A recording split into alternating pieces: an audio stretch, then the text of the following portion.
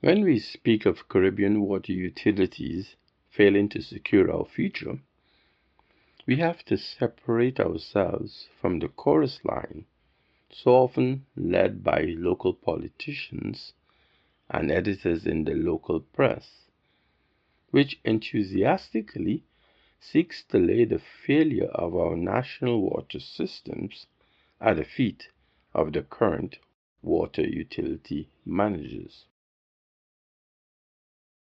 In an article which I have just published in Cornell University's academia.edu, I have concluded that the responsibilities for the failure of our national water utilities goes way beyond the action of the current utility managers. The objectives of this paper are as follows: to identify what makes water utility managerial decisions effective or ineffective,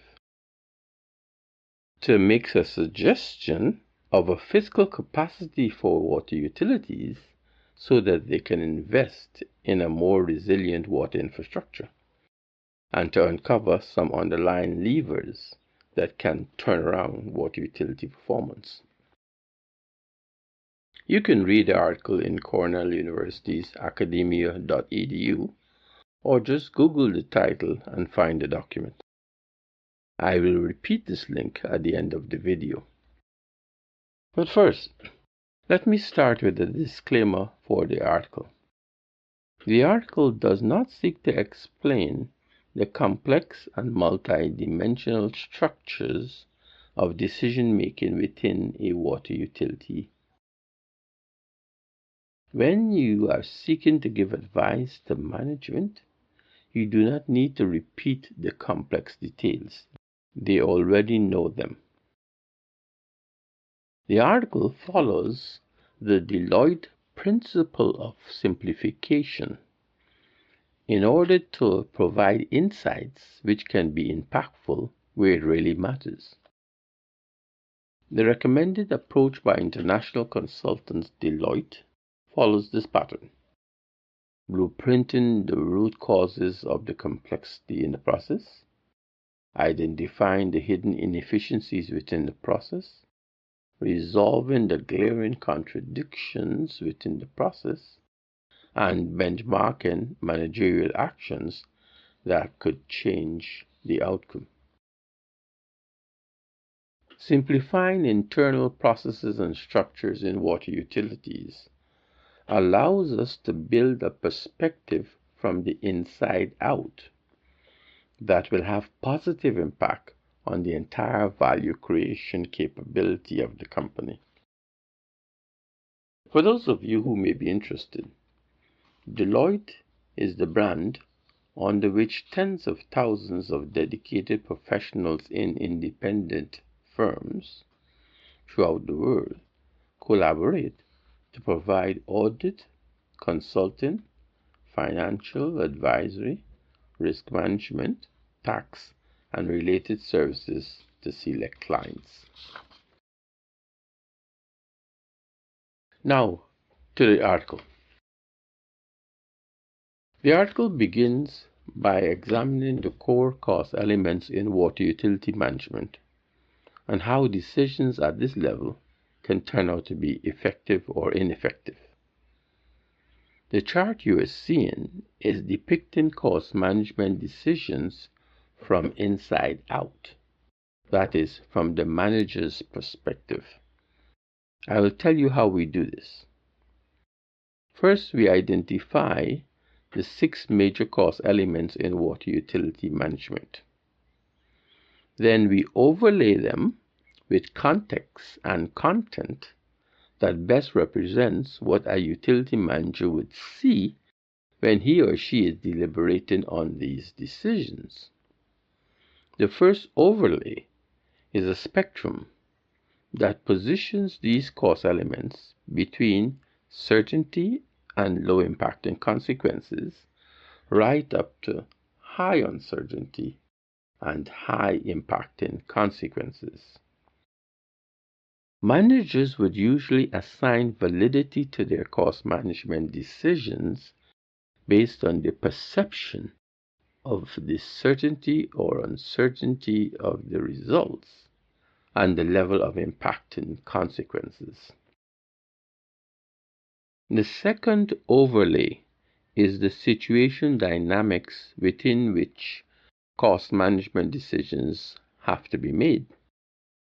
Cost management decisions in water utilities are always circumscribed by situation dynamics and financial capability, and these relate to the spectrum of certainty uncertainty and the low versus high impacting consequences. The third overlay is the coverage of the corporation's finances across all spectrums and all overlays. This is water utility management in a box. To follow this on the chart, you have to read vertically, that is, down the column. In decisions relating to general and administrative costs and regularly compliance costs, utility managers will encounter a good deal of political and social influences, while the main determining factor remains the current flow and load metrics. These decisions have a high degree as to the certainty of their outcome, but a low impact in consequence. Decisions on costs, such as emergency responses, major maintenance costs, and asset capacity management, these require more thoughtful action, in-depth planning, and most importantly, the major ones, those that are on the right side of our chart, those would require a real-time technical and strategic oversight of the entire network. Remember, as you move to the right of the chart, the manager is seeing more uncertainty and a higher impact in consequence. However, we only have to look to the financial flows from tariffs, subsidies, loans, and intermittent special purposes at the bottom of the chart to see how the financial capacity of the corporation influences the decisions that have to be made on the right side of the chart. So when water utility managers say that tariff revenues and subsidies have proven to be inadequate to cover the totality of their costs, we can get a better feel for what this means. A weak financial base limits management's ability to structure their decision situations in an effective manner to improve water delivery service.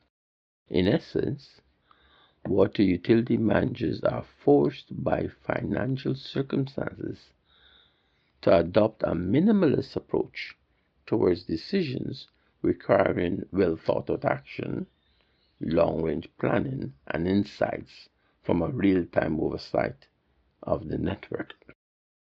It all depends on what you can afford. The basic contradiction in Caribbean water utility management decisions, therefore, is this: you cannot think big if your financial base is small. I can say this in a more practical way. The capacity for thinking big, which can be a game changer in water utility management performance, that capacity has never resided within the corporate management structure of our water utilities. Let me give you a recent example that will show how truthful that statement is. On Wednesday, July 10, 2024, the Water Utility of Trinidad, WASA, launched its new state-of-the-art Operations Control Center. You are looking at a US $18 million investment designed to improve monitoring capabilities. This new OCC automates the management of several manual processes such as leak repairs and water trucking, thereby giving management the ability to make these processes more on time, more efficient, and more transparent. This is the type of decision involving long-term planning and technical strategic oversight that management would have liked to make within the corporate structure. But this was made possible only because the minister responsible for water in Trinidad was able to convince cabinet to use funding from its public sector investment program via the Ministry of Finance to achieve this goal. Look at this second picture. You can see from the picture of the public unveiling of this new asset management facility in Wassa who really owns the decision. The caption in the picture reads as follows. Are the controls? Public Utilities Minister Marvin Gonzalez, seated, digitally operating one of Wassa's pumps on the newly minted digital grid.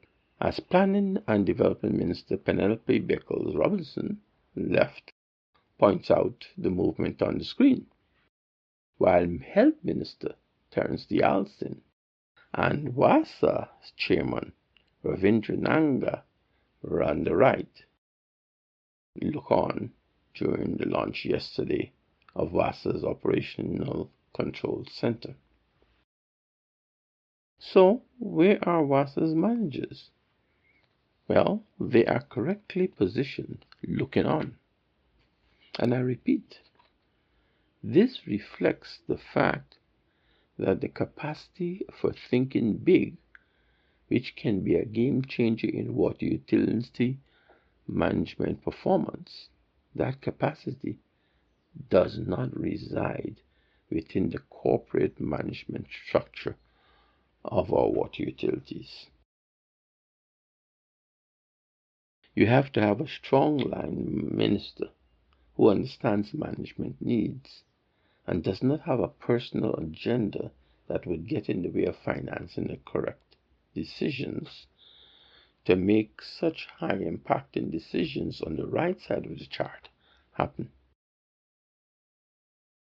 The best that management can do is to say, as WASA did, that WASA expects to pursue future projects and continue to drive digitization and automation of water and wastewater services, supported by anticipated funding from international and domestic stakeholders.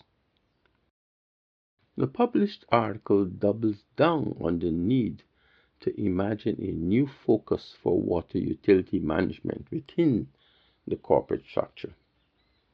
It takes its major clue from the manner in which some of the major oil and mining multinational corporations have shifted their management strategies for overcoming risks in water policies. Let me describe for you a management strategy that you would not have learned in business school.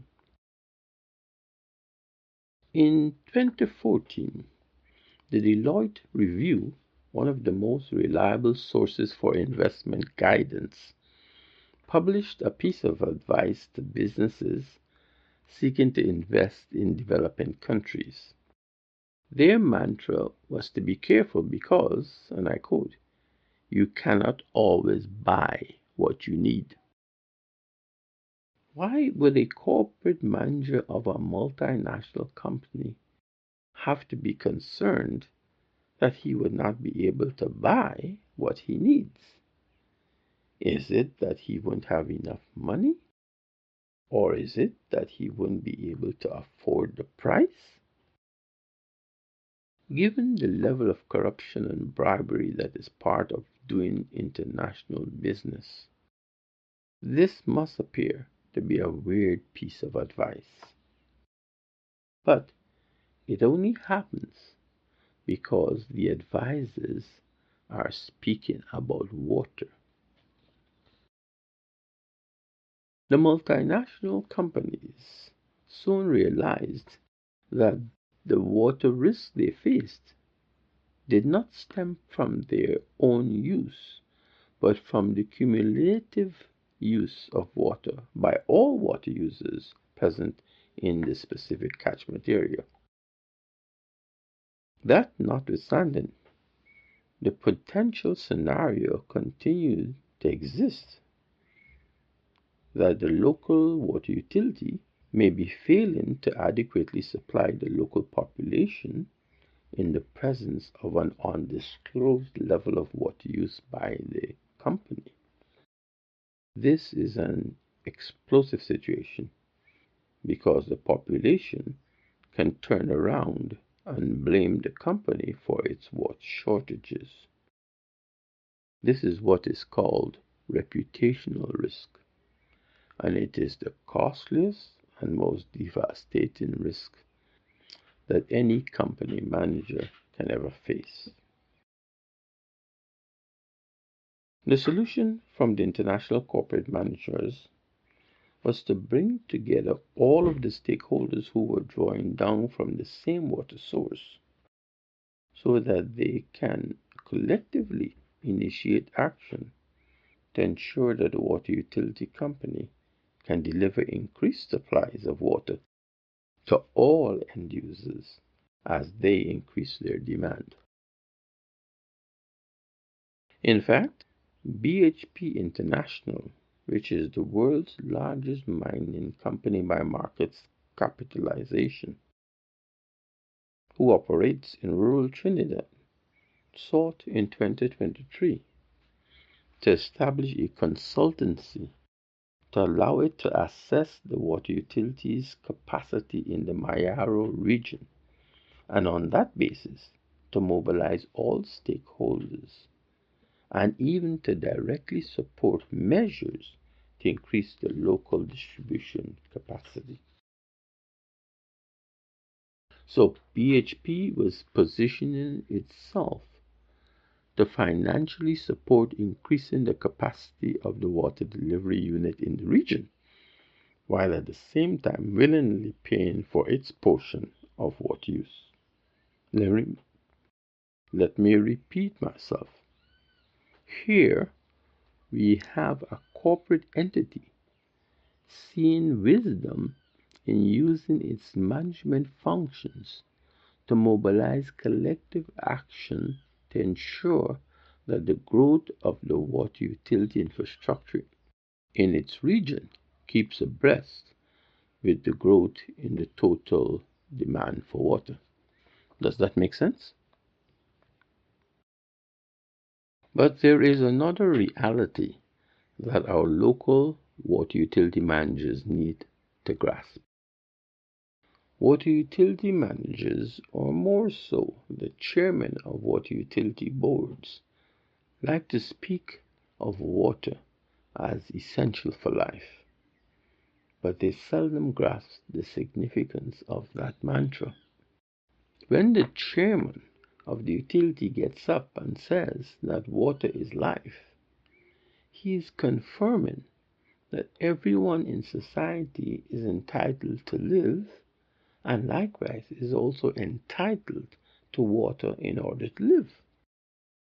So, for every birth of a new baby, every new household formation, every new SME, every new industrial project that generates an increase in the demand for water, the message from the utility, inadvertently and honestly, is that every increase in demand for water has to be treated as an entitlement. Now, there is a difference here between a demand for a commercial commodity and a demand for an entitlement. If this were a demand for a commercial commodity, the principle of exclusivity would apply, which means that all you have to do is to bring your money and come and get your share. But that message cannot be functional in the management of a water utility. The second contradiction in water utilities management reveals itself here. On the one hand, we have economic growth initiatives creating new demands which, because it is for water, are readily converted into entitlements. Hence the strong political and social components in the response to the increased demands at this level. That, in essence, is the context in which you are allowed to respond to entitlements in society and economy. This is why you see political and social influences portrayed in our chart in the initial responses to newly created demand. On the other hand, and you don't have to have a university degree to realize this, there is an absence of any financial mechanism within the economic planning regime that would allow water utility managers to automatically increase their capital budget in proportion to the increased demand that growth in the economy is propelling. In other words, the system of economic growth that is producing the increased entitlement demand for water needs to simultaneously produce the means to finance the level of infrastructure needed to meet these new entitlement demands. There is a glaring disconnect, therefore, between the economic growth which spurns water entitlement growth and the lack of an assured fund to develop water infrastructure for the future. To quote my article, maintaining a sufficient water infrastructure, although man-made, is as important as the maintenance of soils and their associated ecosystem in regulating water dynamics for human existence. So this makes our question very legitimate. Who is failing whom? This is where we come into the picture with a different outlook on the matter of Caribbean water utility management. Sometimes it appears as if the Caribbean is the region in which innovations in water utility management are imported just to demonstrate their ineffectiveness. Our article explains why our conclusions regarding the failure of Caribbean water utilities are so different from most of the studies you see here. Unlike the reports you're looking at, our analysis uses an explanatory model of causes as against a diagnostic model of symptoms. You see, when you start analyzing Caribbean water utilities with a lens that focuses on symptoms, you will inevitably find yourself saying some very peculiar and meaningless things. The most recent example comes from these two World Bank documents: Water Utility Turnaround Framework, a guide for improving performance, and a benchmark for the performance of state-owned water utilities in the Caribbean, delivered to us by the World Bank advisors in 2020. Here is what the World Bank ended up advising our water utility managers. Let me read it for you. Quote, it recognizes, that is the framework, that poor performance can originate from internal factors as well as a dysfunctional political economy environment where water utilities often operate with little or no credibility, accountability, and autonomy. Let me stop for a moment. We can understand why they would think that poor performance originates from internal factors. This is because they are looking only at symptoms. But a dysfunctional political economy environment? Where is this? These writers conducted an in-depth analysis of the water utilities in 5 Caribbean countries: Belize, Dominica, Grenada, Jamaica, and St. Lucia, and found that these countries have dysfunctional political economies? Or is it only the water utilities in them and these international experts that are feeling the impact of this political dysfunctional economy? The rest of us are obviously exempted. The best I can assume is that they're actually reacting to the political and social influences that water utility managers in these countries see on the high certainty, low impacting decisions of the water utilities. But as we have pointed out before, this is because it is water. And when you are responding to an entitlement demand, political and social influences will always be there. There is nothing dysfunctional about that. As to the notion that our water utilities are functioning with little or no credibility, accountability, and autonomy, I would not respond to that, but only to say that I have never met a water utility manager in the Caribbean who is willing to admit that his unit has no credibility and accountability. Autonomy is the issue that we are now trying to resolve. And what does the World Bank end up presenting to our water utility managers as a recipe to turn around their system? Let me continue to read. In phase 3 of the World Bank's turnaround plan, the management develops and implements measures that further raise the utility's maturity level, institutionalize best practices, and enable it to make long-term strategic plans. Why does it sound so vacuous? It seems as if the reporter has run out of ideas.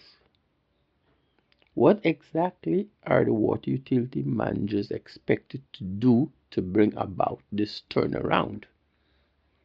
This is the weakness you will find inherent in institutional analyses that are based solely on the diagnosis of symptoms. Our article uses an explanatory model of causes to produce a guide for water utility managers. And here is how we tell them to reimagine their situation through a different lens. The key to this reform is in calculating a new metric. It is called the chargeable rate for infrastructure expansion, CRIE, of water services. The CRIE is a set rate that a new entity entering into the water infrastructure service grid should pay on the estimate of its total demand for water services. The metric CRIE is the key to creating a statutory income stream for Caribbean water utility infrastructure development. It is a stream that is a concurrent source of capital, that is, concurrent with the growth in water demand fueled by growth in the economic activities. The CRIE can become an indicator within the jurisdiction of the state to assessing a permission fee, which we can call a water license to grow, as a contribution to the Water Infrastructure Development Fund. In our agenda for managerial action to turn around the management of our water utilities within the long run, the first task is to seek financing for an external consultancy to establish a new parameter, the CRIE. We call this the retooling of our analysis. Its objective is to create a new income stream for water utilities that is directly linked to the increase in water demand, which comes specifically from new economic activities. As our management strategy begins to mature, two things happen. We restructure the internal water management metrics, and we realign the water stewardship process with our corporate marketing strategy. At the level of sophisticated management, this is our maturity trajectory. We are looking towards a secured future for water infrastructure growth and using our internal audit processes to strengthen compliant management and governance structures. The unambiguous message that we are sending to our water utility managers is this: to turn around our water utilities, managers have to proactively lead their board of directors beyond the narrow confines of corporate management. They have to reshape their managerial landscape by promoting a financial strategy that binds the water infrastructure expansion trajectory to the sources of increased water demand which are arising from the national economic growth factors. It is like looking in the mirror and starting with what you see.